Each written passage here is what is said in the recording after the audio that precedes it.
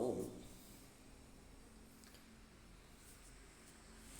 ಇತಿಹಾಸ ರಚನೆ ಬರವಣಿಗೆ ಅನ್ನೋದ್ರ ಕುರಿತು ತಿಳಿದುಕೊಳ್ಳೋಣ. The study about historical construction. Sources of historical construction ಅಂದರೆ ಇತಿಹಾಸವನ್ನು ರಚನೆ ಮಾಡುವಲ್ಲಿ ಅಥವಾ ಬರೆಯುವಲ್ಲಿ ಆಧಾರಗಳು ಅಂತ ಗಮನಿಸ್ತೀವಿ. ಇಲ್ಲಿ ಇತಿಹಾಸ ಅಂತಂದರೆ ಏನು? History is nothing but study about fast events. ಅಂದರೆ ಇತಿಹಾಸ ಅಂದರೆ ಗತಿಸಿ ಹೋದ ಘಟನೆಗಳ ಕುರಿತು ಅಧ್ಯಯನ ಮಾಡುವಂಥದ್ದು ಇತಿಹಾಸ.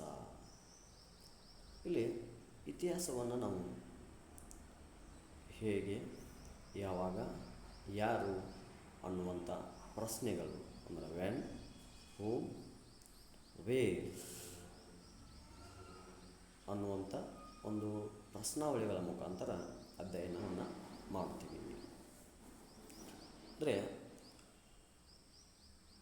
ಹಿಂದೆ ನಡೆದಂಥ ಒಂದು ಘಟನೆ, ಅದಕ್ಕೆ ಕಾಲಮಾನ, ಯಾವಾಗ ಮತ್ತು ಎಲ್ಲಿ ಮತ್ತು ಆ ಘಟನೆಗೆ ಯಾರು ಸಂಬಂಧಿಸುತ್ತಾರೆ ಅನ್ನೋದ್ರ ಕುರಿತು ನಾವೇನು ಮಾಡ್ತೀವಿ, ಅಧ್ಯಯನವನ್ನು ಮಾಡಲಾಗುತ್ತೆ.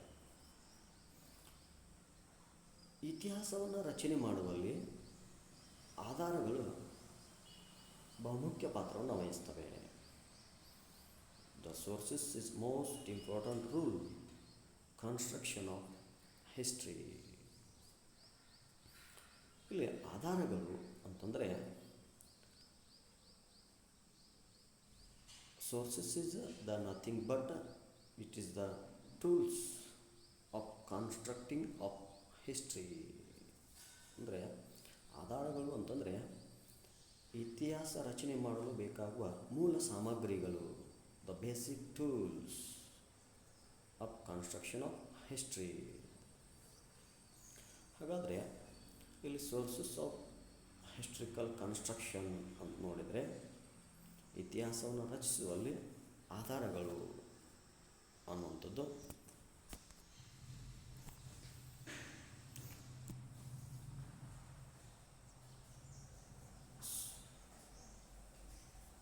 ಸೋರ್ಸಸ್ದಲ್ಲಿ ನಾವು ಆಧಾರಗಳಲ್ಲಿ ಏನಪ್ಪ ಅಂದರೆ archaeological sources and literary sources ಅಂತ ಭಾಗ ಮಾಡಲಾಗುತ್ತೆ. ಅಂದರೆ ಪುರಾತತ್ವ ಆಧಾರಗಳು ಮತ್ತು ಸಾಹಿತ್ಯಿಕ ಆಧಾರಗಳು. ಇಲ್ಲಿ ಭೂ ಉತ್ಖನನ, ಶಾಸನಗಳು, ನಾಣ್ಯಗಳು, ಸ್ಮಾರಕಗಳು ಇವುಗಳನ್ನು ಏನಂತ ಕರೀತಾರೆ? ಪುರಾತತ್ವ ಆಧಾರಗಳು, ಆರ್ಕಿಯಾಲಜಿಕಲ್ ಸೋರ್ಸಸ್ ಅಂತ ಕರೀತಾರೆ. ಇನ್ನು ಸಾಹಿತ್ಯಿಕ ಆಧಾರಗಳು ಅಂತಂದರೆ ಬರವಣಿಗೆಯ ಮುಖಾಂತರ, ಒಂದು ಕಾವ್ಯಗಳ ಮುಖಾಂತರ, ಕವನಗಳ ಮುಖಾಂತರ ರಚಿಸಲ್ಪಟ್ಟಂಥ ಸಾಹಿತ್ಯಿಕ ಕೃತಿಗಳನ್ನ ಆಧಾರಗಳು, ಸಾಹಿತ್ಯಿಕ ಆಧಾರಗಳು ಅಂತ ಕರೆಯಲಾಗುತ್ತೆ. ಹಾಗಾದರೆ the construction of history is the most important role of sources. ಅಂದರೆ ಇತಿಹಾಸವನ್ನು ಬರೆಯುವಲ್ಲಿ, ರಚಿಸುವಲ್ಲಿ ಬಹುಮುಖ್ಯ ಪಾತ್ರವನ್ನು ಒಂದು ಆಧಾರಗಳು ವಹಿಸ್ತವೆ. The most important role of sources. ನೋಡಿ, ಈ ಆದಿಮಾನವ ಹೇಗೆ ಬದುಕಿದ, ಆತನ ಜೀವನ ಕ್ರಮ ಏನು, ಆತ ಉಪಯೋಗಿಸಿದಂಥ ಉಪಕರಣಗಳು ಯಾವುವು ಅನ್ನೋದ್ರ ಕುರಿತು ನಾವು ತಿಳ್ಕೊಳ್ಳಿಕ್ಕೆ ಹೋದರೆ ಅಲ್ಲಿ ಯಾವುದೇ ಒಂದು ಸಾಹಿತ್ಯಿಕ ಆಧಾರಗಳು ಸಿಗೋದಿಲ್ಲ. ಆ ಸಂದರ್ಭದಲ್ಲಿ ಇಲ್ಲಿ ರೇಡಿಯೋ ಕಾರ್ಬನ್ ಅಥವಾ ಕಾರ್ಬನ್ 14ರ ಕಾಲಗಣನ ಮುಖಾಂತರ ಏನು ಮಾಡಲಾಗುತ್ತೆ? ಆದಿಮಾನವ ಬಳಸಿದಂಥ ವಸ್ತುಗಳು, ಆಮೇಲೆ ಆತನ ಜೀವನ ಕ್ರಮ, ಆಮೇಲೆ ಆ, ಆತನ ಬಳಸಿದಂಥ ಕಲ್ಲು, ಇವುಗಳ ಆಧಾರದ ಮೇಲೆ ಆದಿಮಾನವನ ಕಾಲಮಾನವನ್ನು ಏನು ಮಾಡಲಾಗತ್ತೆ, ಗುರುತಿಸಲಾಗತ್ತೆ. ಹಾಗಾದರೆ ಹೀಗೆ ಈ ಮಾನವ ಕುಲದ ಗತಿಶೀಲವಾದ ಇತಿಹಾಸವನ್ನು ಕಟ್ಟುವಲ್ಲಿ, ರಚಿಸುವಲ್ಲಿ ಆಧಾರಗಳು ಏನಪ್ಪ ಅಂದರೆ ಬಹುಮುಖ್ಯ ಪಾತ್ರವನ್ನು ವಹಿಸುತ್ತವೆ. ಅವುಗಳು ಪುರಾತತ್ವ ಮತ್ತು ಸಾಹಿತ್ಯಿಕ ಆಧಾರಗಳು. ಇಲ್ಲಿ ಪುರಾತತ್ವ ಆಧಾರಗಳಲ್ಲಿ ಭೂ ಉತ್ಖನನ ಬಹುಮುಖ್ಯವಾಗುತ್ತೆ. ಅಂದರೆ ನಡೆದು ಹೋದ ಒಂದು ಸಂಸ್ಕೃತಿ, ನಾಗರಿಕತೆ, ಮಾನವ ಜೀವನ ಕುರಿತು ಭೂಭಾಗವನ್ನು ಹೆಕ್ಕಿ ಅಗೆದು ತೆಗೆದು ಆ ಕುರುಹುಗಳನ್ನು ಪತ್ತೆ ಹಚ್ಚುವಂಥ ಕಾರ್ಯವನ್ನು ಏನಪ್ಪ ಅಂದರೆ ಭೂ ಉತ್ಖನನ ಅಂತ ಕರೀತಾರೆ. ಹಾಗೆ ಇಲ್ಲಿ ಶಾಸನಗಳು ಅನ್ನುವಂಥದ್ದು ಕೂಡ ಗಮನಿಸ್ತೀವಿ. ಈ ಶಾಸನಗಳು ಕೂಡ ಇತಿಹಾಸವನ್ನು ರಚಿಸುವಲ್ಲಿ ಅಥವಾ ಗುರುತಿಸುವಲ್ಲಿ ನೈಜ ಆಧಾರಗಳಾಗ್ತವೆ. ಅಂಥ ಒಂದು ಶಾಸನಗಳೇನಪ್ಪ ಅಂದರೆ ಓದಲಿಕ್ಕೆ ಬಾರದೇ ಇರುವಂಥ ಹಲವು ಶಾಸನಗಳು, ಅಂದರೆ ಸಿಂಧು ನಾಗರಿಕತೆ ಕಾಲದಲ್ಲೇ ಆ ಒಂದು ಏನು ಶಾಸನಗಳ, ನಾಣ್ಯಗಳ ಒಂದು ಚಿತ್ರಲಿಪಿಗಳು ಕೂಡ ಕಂಡುಬಂದಿವೆ. ಹಾಗೆ ಅತಿ ಪ್ರಾಚೀನ ಏನಪ್ಪ ಅಂದರೆ ಶಾಸನಗಳಲ್ಲಿ ಮೌರ್ಯರ, ಅಶೋಕನ ಶಾಸನಗಳು ಏನಪ್ಪ ಅಂದರೆ ತಮ್ಮ ಸ್ಥಾನವನ್ನು ಪಡೆದುಕೊಳ್ತವೆ. ಇಲ್ಲಿ ಈ ರೀತಿ ಭಾರತದ ಇತಿಹಾಸದ ರಚನೆಯಲ್ಲಿ ಆದಿ ಆಗಿ ನೋಡಿದರೆ ಇಲ್ಲಿ ಏನು ವೇದಗಳು, ದ ವೇದಾಸ್, ಆಮೇಲೆ ಮಹಾಭಾರತ, ಆಮೇಲೆ ರಾಮಾಯಣ, ಹೀಗೆ ಹಲವು ಪ್ರಾಚೀನ ಕಾವ್ಯಗಳು ಏನಪ್ಪ ಅಂದರೆ ಮಹತ್ವಪೂರ್ಣವಾದಂಥ ಸ್ಥಾನವನ್ನು ಪಡಿತವೆ. ಇಲ್ಲಿ ಕಾಯಿನ್ಸ್ ಅಂತ ಗಮನಿಸ್ತೀವಿ. ಕಾಯಿನ್ಸ್ ಏನಪ್ಪ ಅಂತಂದರೆ ನೊಮೆನೆಟಿಕ್ಸ್ ಅಂತ ಕರೀತಾರೆ. ದ ಸ್ಟಡಿ ಆಫ್ ಕಾಯಿನ್ಸ್ ಅಂದರೆ ನಾಣ್ಯಗಳ ಕುರಿತು ಅಧ್ಯಯನ ಮಾಡುವಂಥ ಶಾಸ್ತ್ರಕ್ಕೆ ನೊಮೆನೆಟಿಕ್ಸ್ ಅಂತ ಕರೀತಾರೆ. Coin of the major dynasty have been catalogued and published Indian museum at Calcutta. ನೋಡಿ, ಇಲ್ಲಿ ಏನಪ್ಪ ಅಂದರೆ ಬ್ರಿಟಿಷರ ಕಾಲಾವಧಿಯಲ್ಲಿ ಅನೇಕ ಪ್ರಾಚೀನ ಕಾಲದಲ್ಲಿದ್ದಂಥ ರಾಜ್ಯ ಮನೆತನಗಳು, ರಾಜರು ಹೊಡಿಸಿದಂಥ ನಾಣ್ಯಗಳನ್ನು ಒಂದು ಕಲ್ಕತ್ತಾದ ಮ್ಯೂಸಿಯಂನಲ್ಲಿ ಏನು ಮಾಡಲಾಗಿದೆ, ಸಂಗ್ರಹಿಸಲಾಗಿದೆ. ಆ ನಾಣ್ಯಗಳೇನಪ್ಪ ಅಂದರೆ ಪ್ರಾಚೀನ ರಾಜನ ಕಾಲಾನುಕ್ರಮಣಿಕೆ, ರಾಜರ ಆರ್ಥಿಕ ವ್ಯವಸ್ಥೆ, ಧಾರ್ಮಿಕ ವ್ಯವಸ್ಥೆ, ಹೀಗೆ ವಿವಿಧ ವಿಷಯಗಳ ಕುರಿತು ಏನಪ್ಪ ಅಂದರೆ ತಿಳಿಸ್ಕೊಡುವಂಥದ್ದು. ಇಲ್ಲಿ ಆವಾಗಲೇ ಗಮನಿಸಿದೆ ನೋಡಿ, ಶಾಸನಗಳು ಅಂತ ಅಂದರೆ ಇನ್ಸ್ಕ್ರಿಪ್ಷನ್ಸ್. ಇಲ್ಲಿ ನಾಣ್ಯಗಳ ಕುರಿತು ಶಾಸನಗಳ ಕುರಿತು ಅಧ್ಯಯನ ಮಾಡುವಂಥ ಶಾಸ್ತ್ರಕ್ಕೆ ಎಪಿಗ್ರಫಿ ಅಂತ ಕರೀತಾರೆ. Study of inscriptions. ನೋಡಿ, ಶಾಸನಗಳು ಏನಪ್ಪ ಅಂದರೆ ಇತಿಹಾಸನ ಕಟ್ಟುವಲ್ಲಿ, ನಿರ್ಮಿಸುವಲ್ಲಿ, ರಚಿಸುವಲ್ಲಿ ಅತಿ ನೈಜ, ನಂಬಲಿಕ್ಕೆ ಅರ್ಹವಾದಂಥ ಅತಿ ಏನಪ್ಪ ಅಂದರೆ ಹಳೆಯ ದಾಖಲೆಗಳಂತ ಹೇಳ್ಬೋದು. ಹಾಗಾಗಿ ಆ ಶಾಸನಗಳನ್ನು ಏನಪ್ಪ ಅಂದರೆ ವಿವಿಧ ಬಂಡೆಗಲ್ಲುಗಳಲ್ಲಿ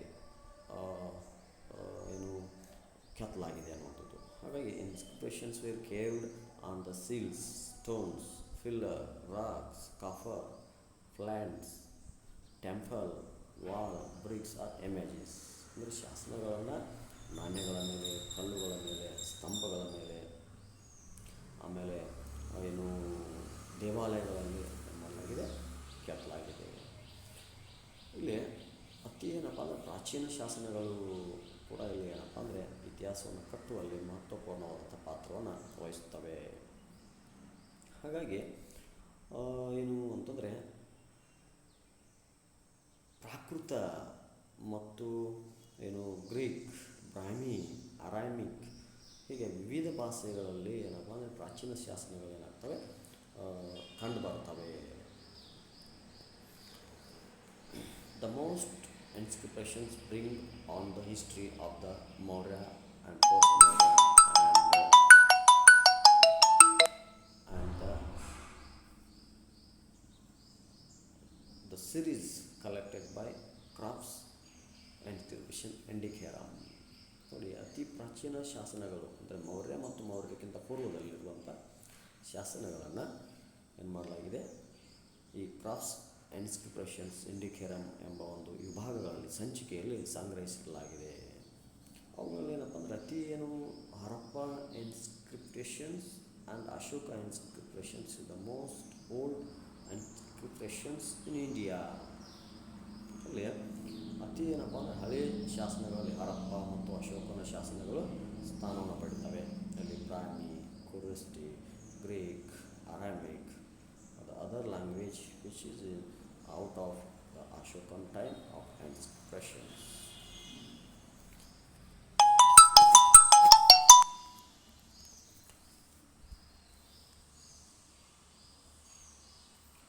ಇಲ್ಲಿ ಸಂಗಮ ಲಿಟ್ರೇಚರ್ ಅಂತ ನೋಡಿ. ಇಲ್ಲಿ ಚೇರ, ಚೋಳ, ಪಾಂಡ್ಯರ ಕಾಲದಲ್ಲಿ ದಕ್ಷಿಣ ಭಾರತದಲ್ಲಿ ಸಂಗಮ ಸಂಸ್ಕೃತಿ ಬೆಳೆದು ವಿಕಾಸವನ್ನು ಹೊಂದಿತು. The Sangam culture which is in born in South India, it's to continuous a long time in South India. ಹಾಗಾಗಿ ಚೋಳ, ಚೇರ, ಪಾಂಡ್ಯ ರಾಜ್ಯ ಮನೆತನಗಳು ಆ ಸಂಗಮ್ ಸಾಹಿತ್ಯವನ್ನು ಏನು ಮಾಡಿದರು, ಪೋಷಿಸಿ ಸಂಗಮ್ ಸಾಹಿತ್ಯ ರಚಿಸುವಲ್ಲಿ ಬಹುಮುಖ್ಯ ಪಾತ್ರವನ್ನು ವಹಿಸಿತು. ಹಾಗಾಗಿ ಈ ಸಂಗಮ ಸಾಹಿತ್ಯ ದಕ್ಷಿಣ ಭಾರತದ ಇತಿಹಾಸವನ್ನು ರಚಿಸುವಲ್ಲಿ, ನಿರ್ಮಿಸುವಲ್ಲಿ, ಅಧ್ಯಯನ ಮಾಡುವಲ್ಲಿ ಬಹುಮುಖ್ಯ ಪಾತ್ರವನ್ನು ವಹಿಸ್ತದೆ. ಇಲ್ಲಿ ಹಿಸ್ಟೋರಿಕಲ್ ಸೈನ್ಸ್ ಅಂದರೆ ಐತಿಹಾಸಿಕ ಒಂದು ಜ್ಞಾನ ಮಹತ್ವ ಅನ್ನುವಂಥದ್ದು. ಇಲ್ಲಿ ಪ್ರಾಚೀನ ಕಾಲದಿಂದಲೂ ಏನಪ್ಪ ಅಂದರೆ ಭಾರತದ ಇತಿಹಾಸವನ್ನು ಕಟ್ಟುವಲ್ಲಿ ಏನು ಐತಿಹಾಸಿಕ ಒಂದು ಚಿಂತನೆ ಇತ್ತು ಅನ್ನೋದನ್ನು ಕಡೆ ಗಮನಿಸ್ತೀವಿ. ಹಾಗಾಗಿ ಆ ಒಂದು ಭಾರತದ ಇತಿಹಾಸ ರಚಿಸುವಲ್ಲಿ ಏನು ವೇದಗಳು, ಪುರಾಣಗಳು, ಉಪನಿಷತ್ತುಗಳು ಏನಪ್ಪ ಅಂದರೆ ಬಹುಮುಖ್ಯ ಪಾತ್ರವನ್ನು ಏನಪ್ಪ ವಹಿಸ್ತವೆ ಅನ್ನೋದನ್ನು ಗಮನಿಸ್ತೀವಿ. ಹಾಗಾಗಿ the Vedas, Puranas, Upanishads the most important role construction of Indian history. ಇಲ್ಲಿ ನ್ಯೂಮೆನೆಟಿಕ್ಸ್ ನಾಣ್ಯಗಳು ಅಂತ ಗಮನಿಸ್ತೀವಿ. ಇಲ್ಲಿ ಒಂದು ರಾಜ್ಯ ಮನೆತನ, ಒಂದು ರಾಜ್ಯನ ಬಗ್ಗೆ, ಒಂದು ಕಾಲಘಟ್ಟಗಳ ಬಗ್ಗೆ ಅಧ್ಯಯನ ಮಾಡುವಲ್ಲಿ ಶಾಸನಗಳ ನಂತರ after the inscriptions the most important role the construction of Indian history is a role by numismatics. ಹಾಗಾಗಿ the study of coins is called numismatics. ಇಲ್ಲಿ ನಾಣ್ಯಗಳ ಕುರಿತು ಅಧ್ಯಯನ ಮಾಡುವಂಥ ಶಾಸ್ತ್ರಕ್ಕೆ ಏನು ನಾಣ್ಯಶಾಸ್ತ್ರ ಅಂತ ಕರೀತಾರೆ. ಹಾಗಾಗಿ ಅತಿ ಪ್ರಾಚೀನ ನಾಣ್ಯಗಳನ್ನು ಗಮನಿಸಿದರೆ ಪಂಚ್ಮಾರ್ಕ್ಡ್ ಕಾಯಿನ್ಸ್ ಅಂತ ಬರ್ತವೆ. ಅವು ಗ್ರೀಕರ ಪ್ರಭಾವದಿಂದ ಭಾರತದಲ್ಲಿ ಮೊದಲ ಬಾರಿಗೆ ಹೊರತಂದಂಥ ನಾಣ್ಯಗಳನ್ನು ಪಂಚ್ಮಾರ್ಕ್ ನಾಣ್ಯಗಳು ಅಂತ ಕರೀತಾರೆ. ಅವು ಏನಪ್ಪ ಅಂದರೆ